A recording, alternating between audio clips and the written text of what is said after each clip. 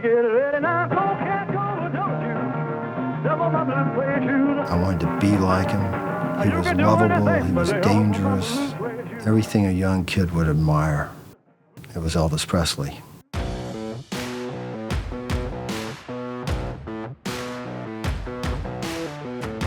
That was it for me. Changed my whole life. Elvis Presley was a man of two worlds, the electrifying performer who brought joy to millions with his music and his irresistible charm, and the deeply complex figure who carried the weight of fame and personal struggles. He captivated audiences with his heartfelt songs and wild energy, while behind the scenes battled his own demons. I've met a lot of those stars that movies and records and adulation and all those things kind of make you into a star. Elvis was born a star. What all had gone wrong so fast. What I saw in '76, it scared me to death. And he died by himself. Yeah. And that's what makes me fucking mad. Yeah. That makes me mad. He died by himself. Ecstasy and heartache, triumph and tragedy. I thought he was immortal. I mean, every time something happened like an angel, you know, his guardian angel pulled him out of it. A king of both the stage and his own vulnerabilities. I could not believe how he deteriorated. There were times I looked at him and he looked very lonely, and he'd be in the middle of a bunch of people.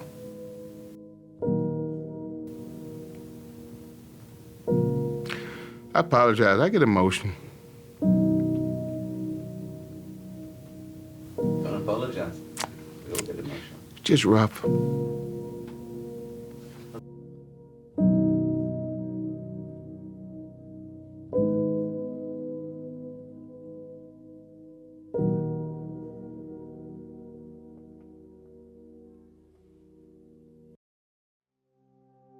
Elvis Presley's later years were marked by solitude, paranoia, and a growing reliance on drugs, a sharp contrast to the boundless energy and joy he once brought to the world. The king of rock and roll, who once dazzled millions with his electrifying performances, found himself trapped in the pressures of fame, living in isolation at Graceland, haunted by the very thing that had made him a legend. His health deteriorated, his performances grew erratic, and his personal life, once filled with love and promise, became a shadow of its former self. The man who had once been the embodiment of youthful freedom and rebellion now seemed like a prisoner of his own success.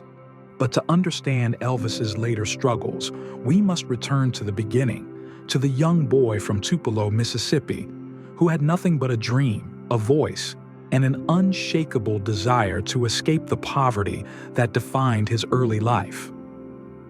From his first break at Sun Records, Elvis shot to fame like a comet, changing the world with every note.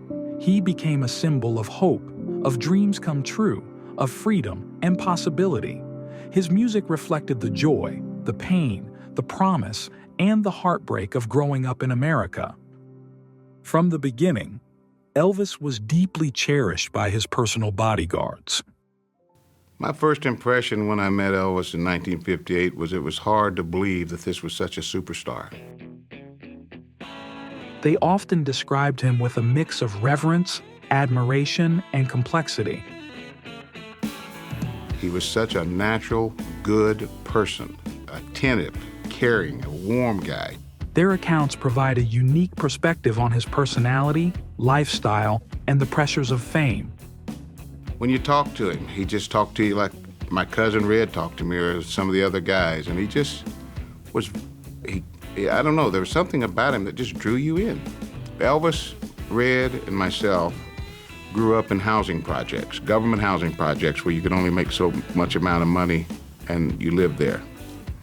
And there was 3 of them in Memphis. There was Lamar Terrace, where I was raised up, Lauderdale Courts, where Elvis was there, and then a place called Hurt Village, which Red and us always joked about that name because you were hurting.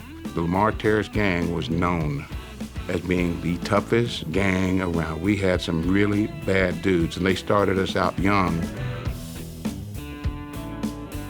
My name is Jerry Schilling. I met Elvis in 1954 at the age of 12 years old.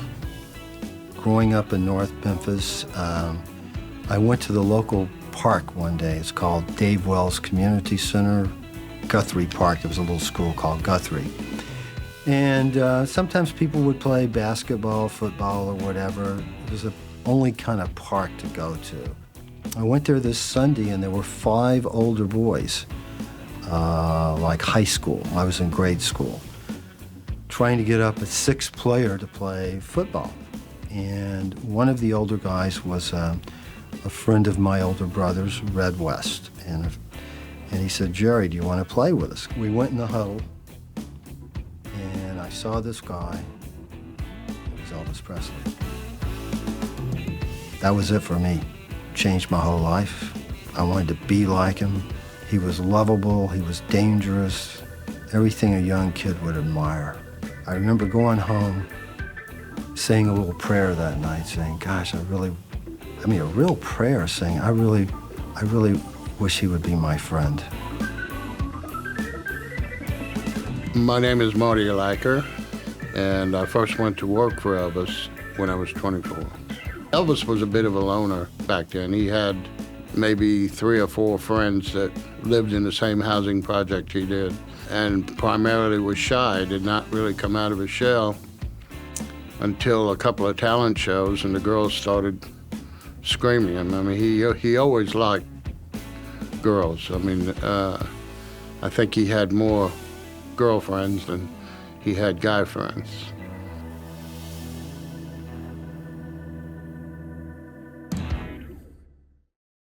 Elvis Presley didn't just make music, he changed the very sound of it. He would go on to redefine not just rock and roll, but also pop culture itself. I was there seeing concerts in 55 and 56 and 57. The most exciting, raw, animalistic things I've ever seen. And of course, that will always be my lifelong image of Elvis Presley. Music was the mainstream of his life. Nobody commanded the stage any better than Elvis Presley.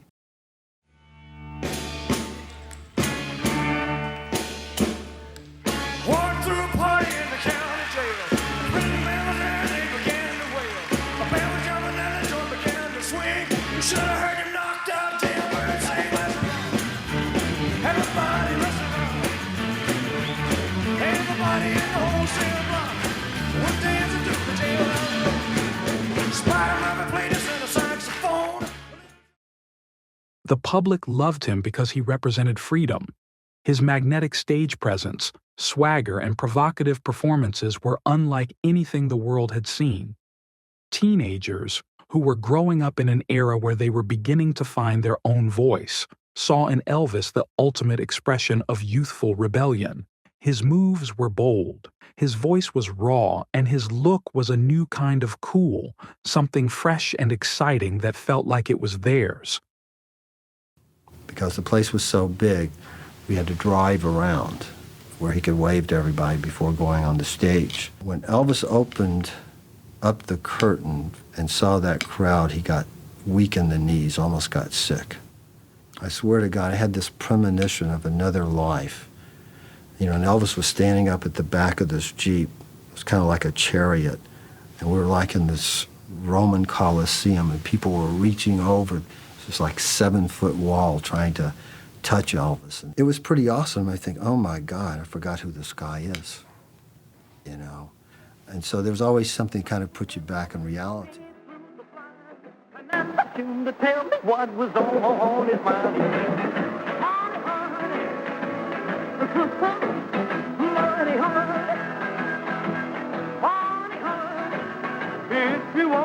For you to be called the boss, because Elvis was not only the king, he was the boss.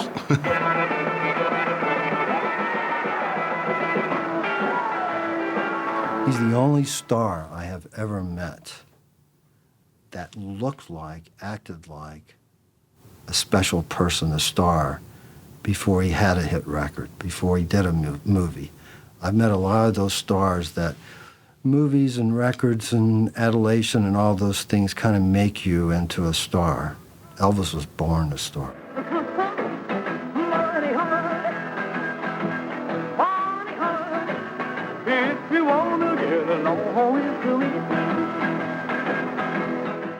Elvis had a tremendous draw to him emotionally and physically, where you looked at him and you thought, that is probably about the best looking man I've ever seen, you know. He just had a charisma about him. He had a way of pulling you in. People call it Southern charm. He had it in spades. He had it in spades. There really wasn't much that Elvis couldn't get if he really went after it, whether it was from Southern charm or just a strong conviction of saying, I'm going to do that and that's it. And that's what we always admired about him, but those things slipped away in the latter years. He didn't have the strong convictions. He didn't have, I'm going to get it done. But I'll never. The first time that I appeared on stage, it was a charity thing in Memphis, in a place called The Shell. When I left the stage, they were yelling and screaming and so forth. I did 2 songs, and it scared me to death, man. I didn't know what I'd done. So the manager backstage, I said, what'd I do? He said, well, whatever it is, go back and do it again. So I went back out and did the same thing again.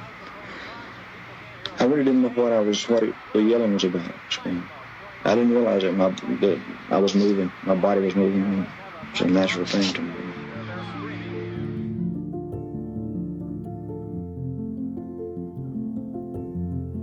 You know, I'm always fascinated when he's in the studio. Elvis was the most underrated producer in the history of recorded music. You know, what does a producer do? He hires the band. He selects the music. And then Elvis would say, okay, hey guys, I want voices here.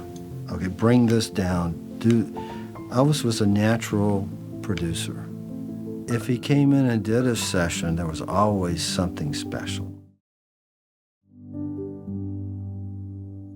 Even after decades, Elvis remained a beloved figure. His fans never stopped loving him, not just for the music, but for the way he made them feel like they were part of something bigger. When Elvis sang, it wasn't just about the lyrics or the melody. It was the emotion he poured into every note, the vulnerability and passion that spoke directly to his audience. Elvis worked so hard from 54 to the time he went into the Army, and everything was going well too. Colonel had set up things great.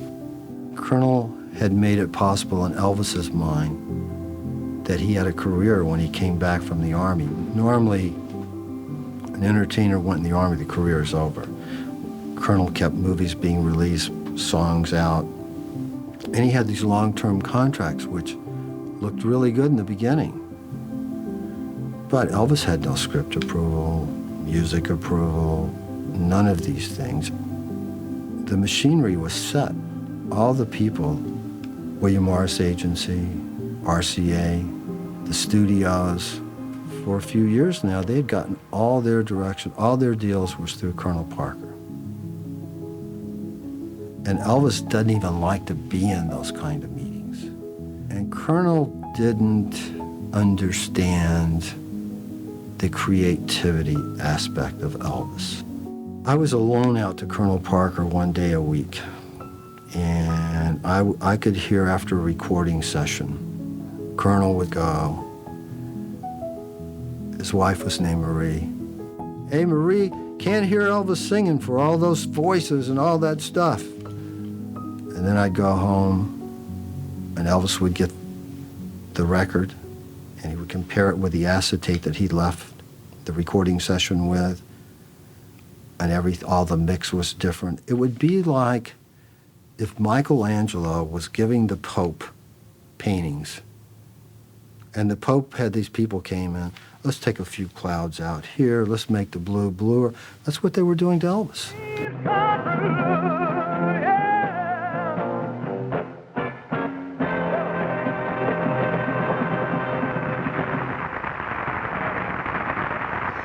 1956, Elvis Presley revolutionizes rock and roll. It looked like nothing could slow him down. But something did. Drafted at the peak of his success, Presley is inducted into the Army on March 24th, 1958.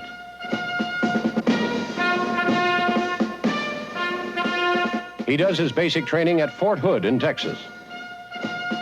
Later, he serves the 3rd Armored Division in Germany as a truck driver.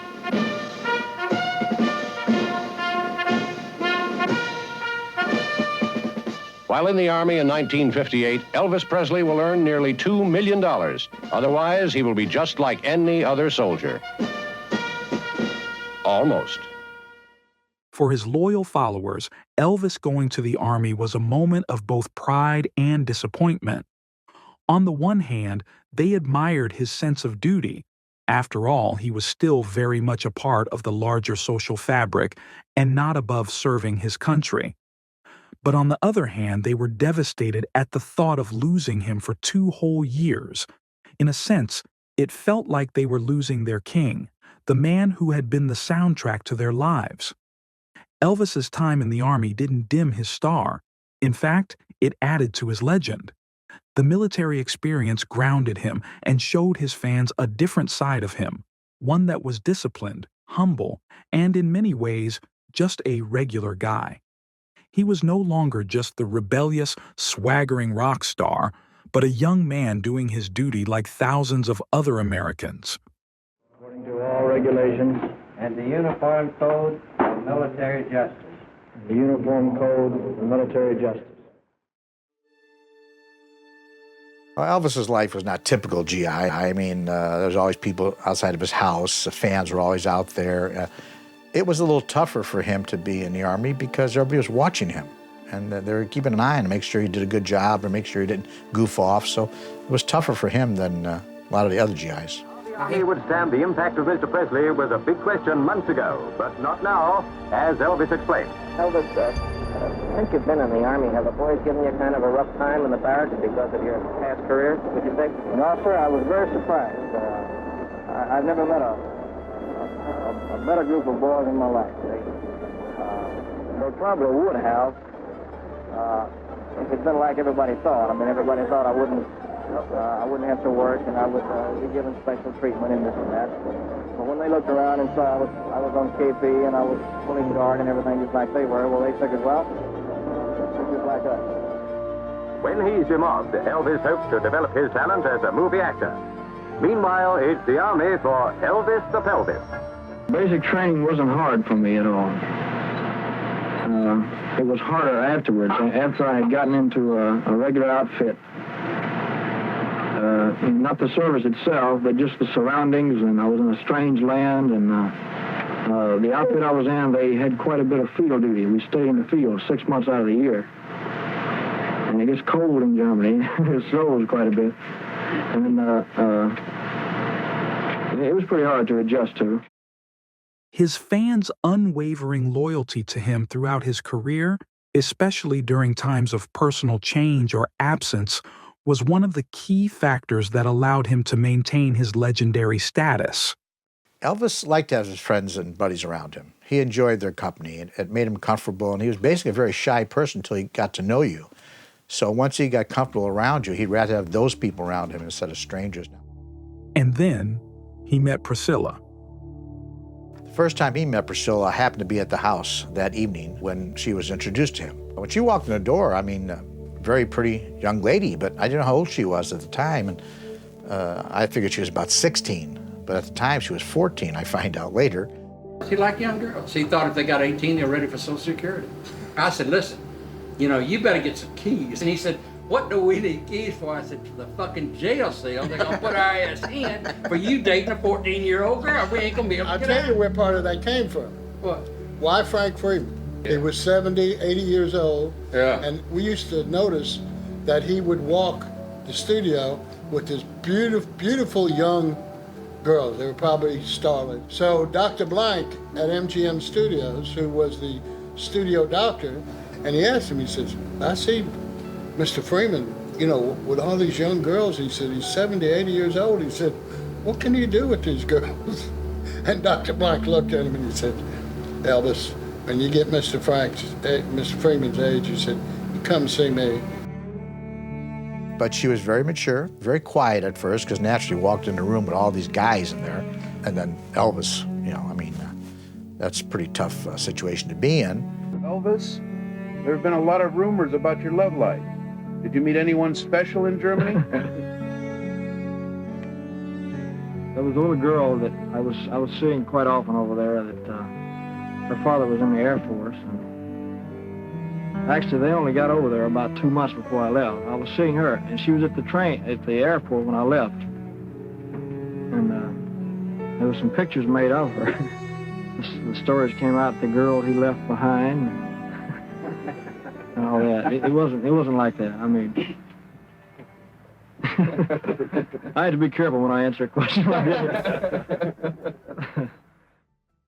Despite the age difference, they quickly became inseparable, and the relationship blossomed into a deep love. Elvis was smitten by Priscilla's beauty, innocence, and maturity beyond her years, while Priscilla was drawn to Elvis's charm and the glamour of his lifestyle. When Elvis Presley left the Army in 1960, he did not immediately leave Priscilla, but their relationship was definitely impacted by his return to civilian life. In fact, Elvis and Priscilla's relationship became more complicated during the period after he returned from the Army, but they did not break up when he came home. So it was farewell to military glory and to 16-year-old Priscilla. What fame for that girl to have been a friend of the Emperor of Rock and Roll. Because he has been almost completely away from singing and acting while in the Army, reporters have plenty of questions about the future to ask Sergeant Elvis Presley. Elvis says he plans to continue with his style of rock and roll singing, but without his famous sideburns. However, his greatest interest is now in serious dramatic acting.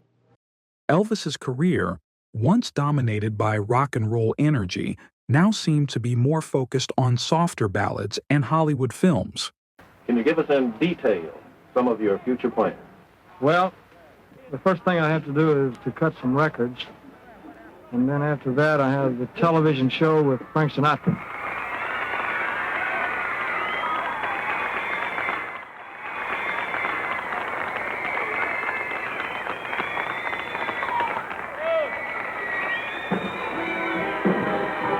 It's very nice to go traveling, but it's He's here in person. I may pass out. They won't like it. Where the heck are his sideburns? Germany. Well, I'll be a hound dog. And that's the opening, friends.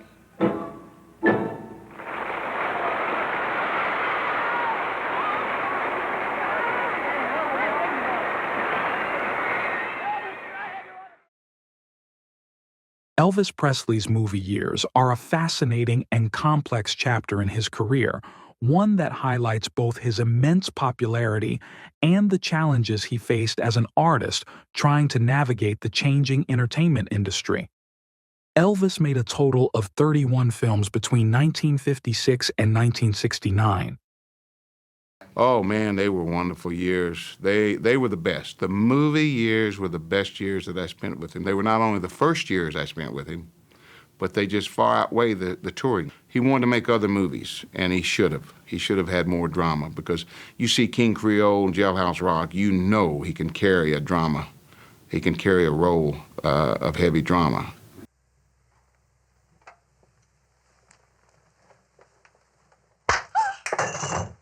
Get up. Get up, baby. Please. Leave her alone. Come on, get up. Leave her alone. Come on. Get up.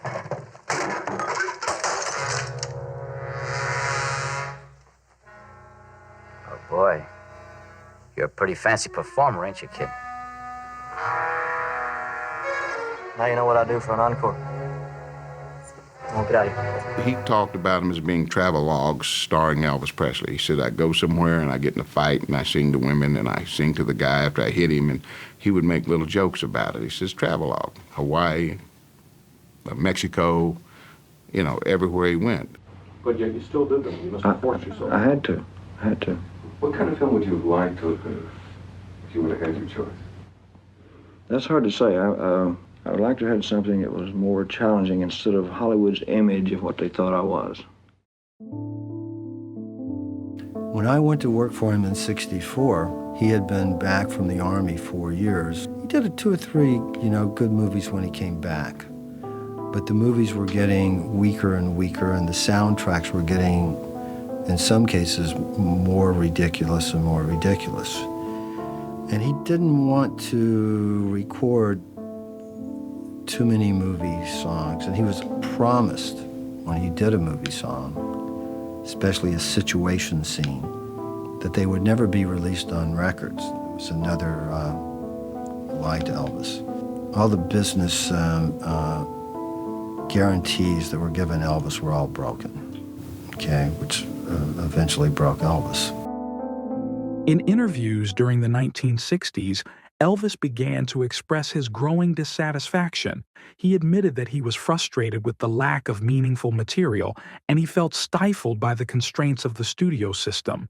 He also revealed that he longed to do something more serious with his acting, to take on roles that would challenge him and show off his range. But the studios, seeing him as a commercial entity, continued to churn out films that were primarily designed to keep his name in the public eye, rather than to allow him the opportunity to showcase his true talents. This frustration with his film career began to take a toll on Elvis's personal life as well. As he grew increasingly disillusioned with his work, he turned inward, becoming more isolated. His personal struggles, including issues with his weight, health, and the increasing reliance on prescription drugs, began to worsen. His confidence, which had once been unshakable, began to erode, and he started to distance from the woman who loved him most. Elvis was a very jealous person, okay, with anybody. And there's a line that you had to be very careful of, even if my affection for Priscilla was just on a human level, you had to be careful how you expressed that, where it didn't cause jealousy.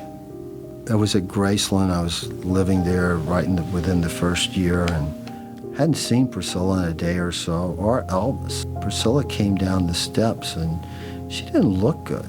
I just assumed she was sick, I said, where have you been? And she said, I've just been, upstairs. And I said, are you feeling okay, She said, yeah, I'm fine, thanks for asking, or something, And I didn't know what was wrong was her and Elvis had been in a 2-day fight. And when she went back upstairs, I could hear the lamps flying.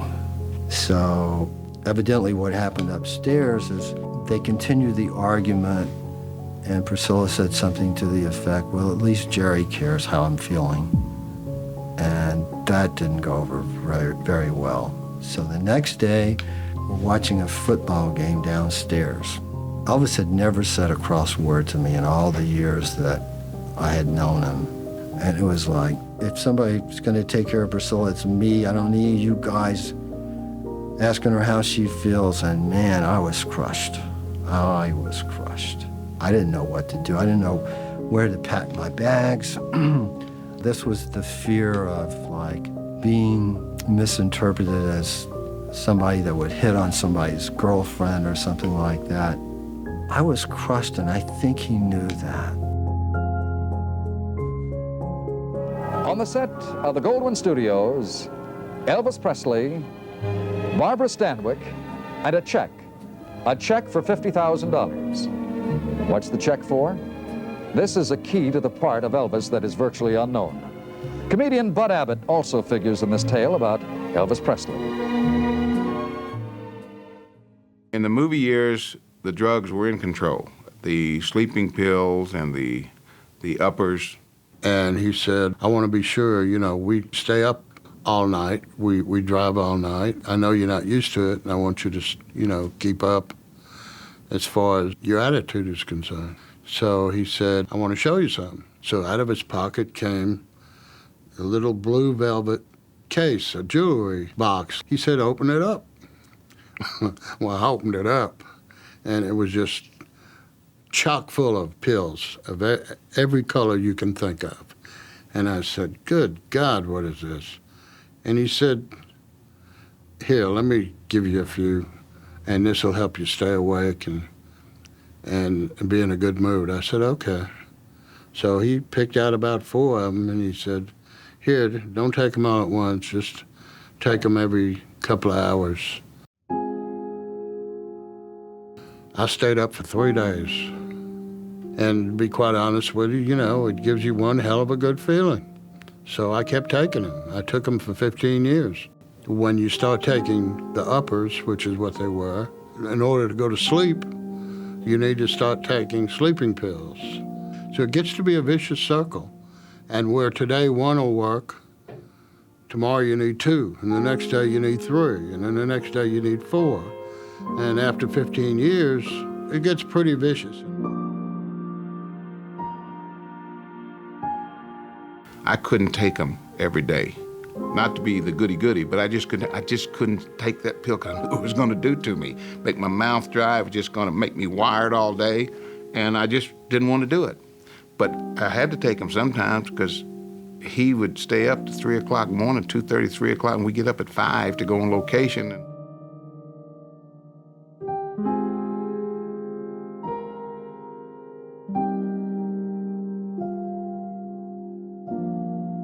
I learned from the very start, I sleep when he sleeps.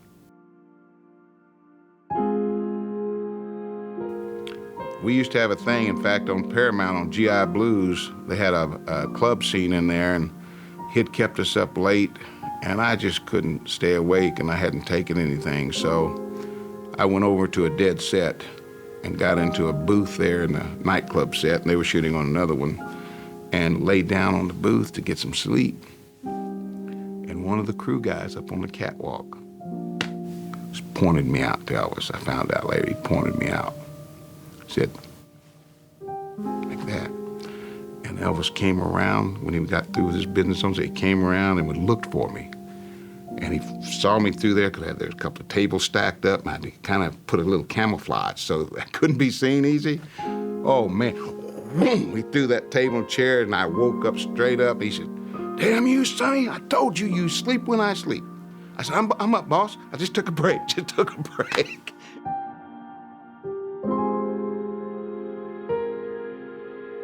Elvis Presley's relationship with drugs is one of the most tragic and complex aspects of his life, and it played a significant role in his decline both personally and professionally.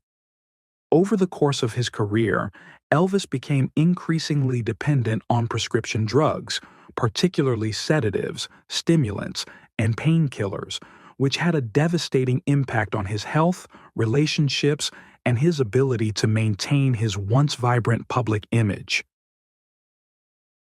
She knew what she was getting into after she was here for maybe 6 months. Well, she was in the whirlwind. There was no doubt about that. Once she had a ring on her finger is when she tried to separate Elvis from us. That's a good point. Because the fact of the matter is, we would have loved to spend more time with our families. Yeah. But he insisted, as you all know, he insisted that we be there. That's right. He really gave her no choice because he didn't leave her alone had more so airtime much. than Goodyear Blend. I think he tried. He left her alone a lot. I think he tried, and and right after they got married, remember that, you know, he cut back on the group, you know, so I think he was trying to make that change. Colonel liked to change, Priscilla liked to change to some degree. Well, she would like to have cut it down, control you know, factor, you know. But he didn't like it. Well, you know, his behavior really changed a bit as the 70s went on. Primarily, I think, you know, at a boredom, and he needed a change, and the more pills he took, you know, it's just a fact of life. The more pills he took, that didn't help. Plus the threats, you know, on his life. Didn't help. That didn't happen at all, you know, so. I mean, it was a combination the of life that he things. lived, you know, paranoia is like, you know, it's unexplainable at times. And he really, you know, he just got terribly insecure.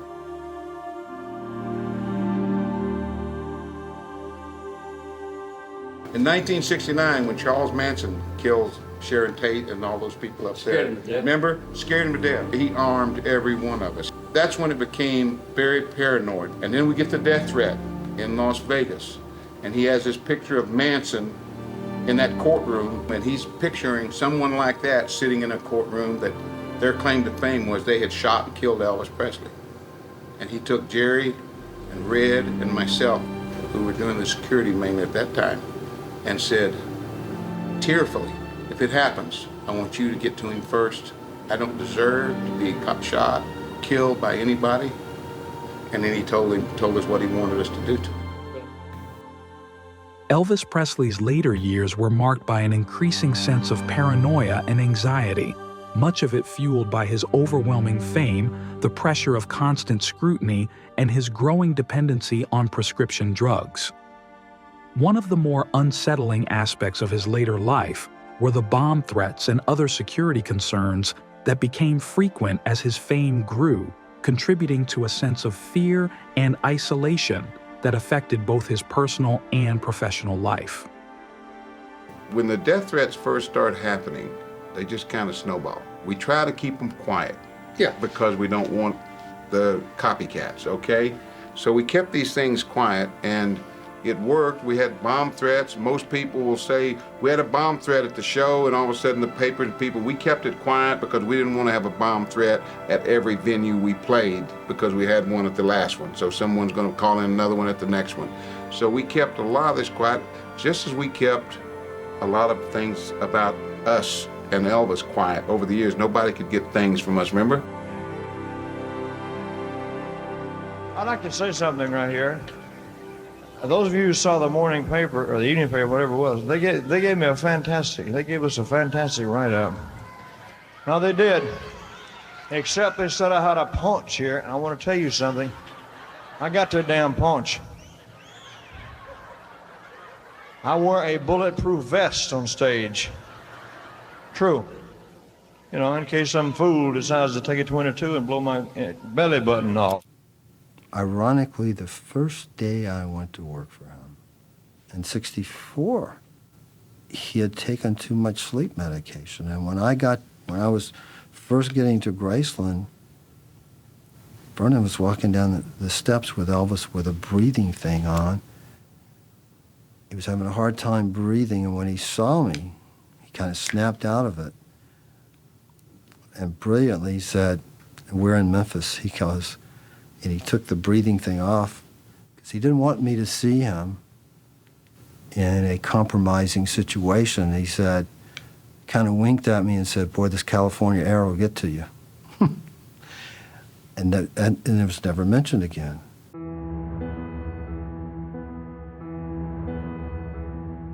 I'd only seen Elvis as this god, whether we're playing football or fast-witted, all this stuff. And here's being helped down the stairs with a breathing thing. I've seen him way overweight, almost between 5 movies. When you're in the situation, it's so much easier to look back or to question than when you're living it. And don't forget, when you're in the situation, it's not like all of us were not staying up late at night, not taking a sleeping pill to go to sleep. It's not like we were these straight guys with this one freak over here. It wasn't that way. We were all in the boat together in various levels. The kind of pills that we were taking in that year and a couple of years before that were the sleeping pills, and the pain pills. And those things are the opposite of uppers. You know, they're the opposite of speed that bring you up. These things, I mean, they brought you down. I mean, I look back now and I know that I used to sit there with a sour look on my face, like I was mad, sad, or whatever you want to call it. And I know that didn't help the atmosphere, his atmosphere, or anybody else's atmosphere or mine. But that had to play a big part, in my opinion, of the way he was. These were prescription drugs. Now, the doctor's writing them for him. He's abusing them. but they're not illegal drugs in his mind. But he wants to stop the people out on the street getting heroin and cocaine to young people and trying to influence them to get on to drugs and things of that nature. So that's what it was in his mind. As intelligent as Elvis was in so many ways, he was naive in thinking that there were separate issues there, because there really wasn't. I think the main thing about the situation with all the drug stuff that he was taking is the way it affected us. Everybody knows how it affected him, but it just totally terrorized us. So what we did is we really sort of majored everything we had and knew at the time to prevent it. And we did the best we could. And then he would fire you and you couldn't do any good. But if you hung in there, you could possibly keep him alive another day. Everyone knew that if they can't be around him, he's going to fire everybody. Yeah, and then you couldn't do anything. And then you can't help. We had a group effort a couple of times, actually, to address Elvis. It's hard to psychoanalyze everybody. Everybody's relationship was with Elvis. Our secondary relationship was with the other people. I think Elvis has given up on some of his dreams at this particular point. I think he's getting tired. I think he's getting bored. I think there are new people coming around that probably think that's the norm. But for us that really knew Elvis most of his life, this was not the norm for him. I would go into like just really feeling horribly sad. But I was just mad. I stayed mad. I just could not believe that he did that to himself. I just could not believe it. I mean, Elvis, he took the same load on an empty stomach that he took when he was eating. So it went to his system faster. And you know, he was losing a little of his patience. There's no way of getting around the fact that the drugs were affecting him, not just physically. It's hard for me to admit to that, but I think we do more injustice by not admitting it. The worst thing that Elvis did, and it got me upset, got Sonny upset, is he would use our names on prescriptions. I had a situation, I must tell you, that one time a liquid Demerol came to the house on Montebello Drive in my son's name, and my son was like 4 or 5 months old, by a doctor, a dentist in California that had written for Elvis. I intercepted it to see what it was, and I had no idea that my son's name was on there. I want to see what it was and see if there's something I could do to change some of the strength of it or whatever. And there it was on this liquid Demerol bottle, Brian West. I went to Schwab's, took the bottle. I said, I want this taken off right now. I want it removed from your records, and so help me, I don't care who calls it in. If you ever send another drug up to that house in my wife, or my son's name, you're going to be in trouble. You're going to be in serious trouble. He had written 10,000 tablets or medication, not individual, I'm talking about the total amount of pills and everything, 10,000 in 1 year's time. And of course he said, well, some of the guys shared in those.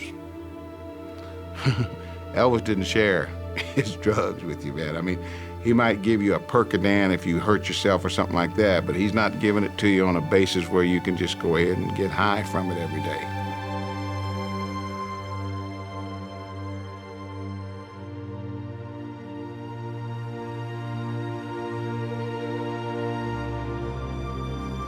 In 1975, what I had been seeing a little bit of the previous year or so was getting worse, and I was very concerned about his health. And it wasn't like it had been before when he was taking the uppers and the sleeping pills. When he started experimenting with the, the down stuff, that's when we started getting concerned.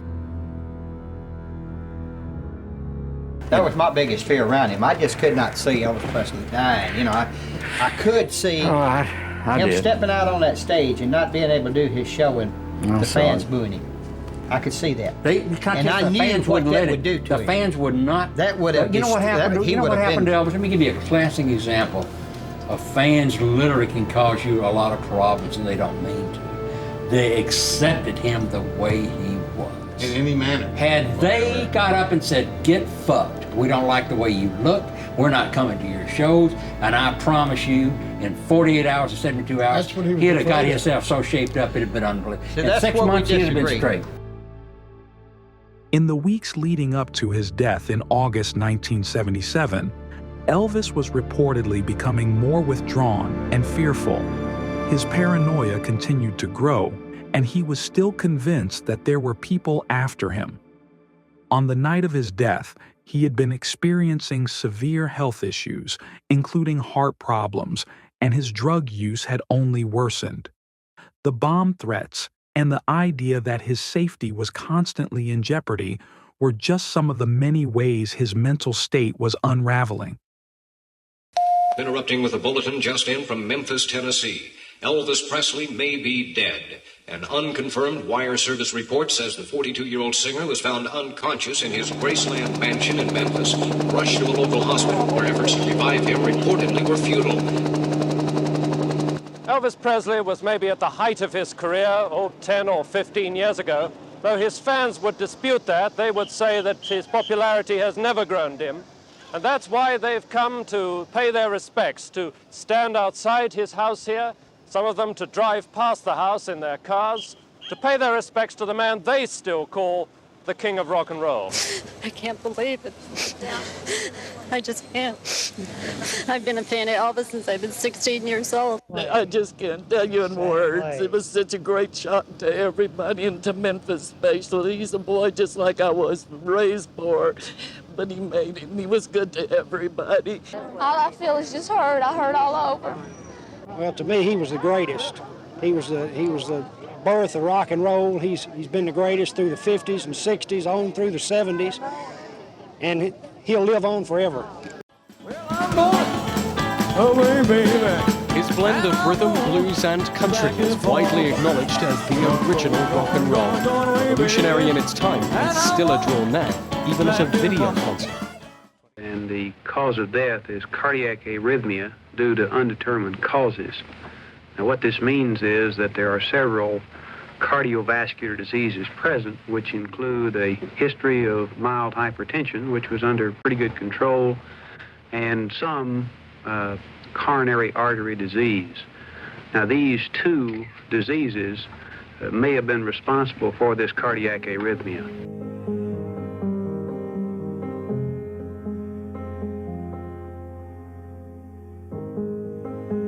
Like I said, it was a double-edged sword. I thought he was immortal. I mean, every time something happened like an angel, you know, his guardian angel pulled him out of it. So I had that feeling, but at the same time, Billy, what I saw in '76, it scared me to death. And he died by himself. Yeah. And that's what makes me fucking mad. Yeah. That makes me mad. He died by himself. See, nobody wants to, especially die alone, I don't think. It'd have been so nice we all could have been around him. But, I mean, as it was, he fell forward on the floor and died. It's horrendous. I mean, somebody should have got in there to him. And I won't say names, but it shouldn't have happened. I think in any other part of this business, if you look at it, I mean, he was responsible for so much, and yet when he died, he took so little with him. And I think that that's sad. He didn't have the chance to really enjoy what he could enjoy.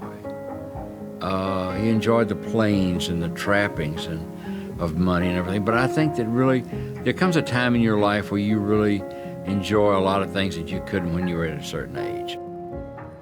Elvis Presley's legacy is one of the most profound and far-reaching in the history of music and pop culture. He is widely regarded as the king of rock and roll, a title that reflects his immense contribution to the genre and his lasting influence on the world of music, fashion, and entertainment. But his legacy is not just defined by his groundbreaking music, it is also shaped by his persona, his impact on social norms, and the way his story continues to resonate with generations of fans. His legacy lives on through the music he made, the people he inspired, and the millions who still hear his voice as if it were the first time. The king may have left us too soon, but his kingdom remains, forever etched into the soul of modern music.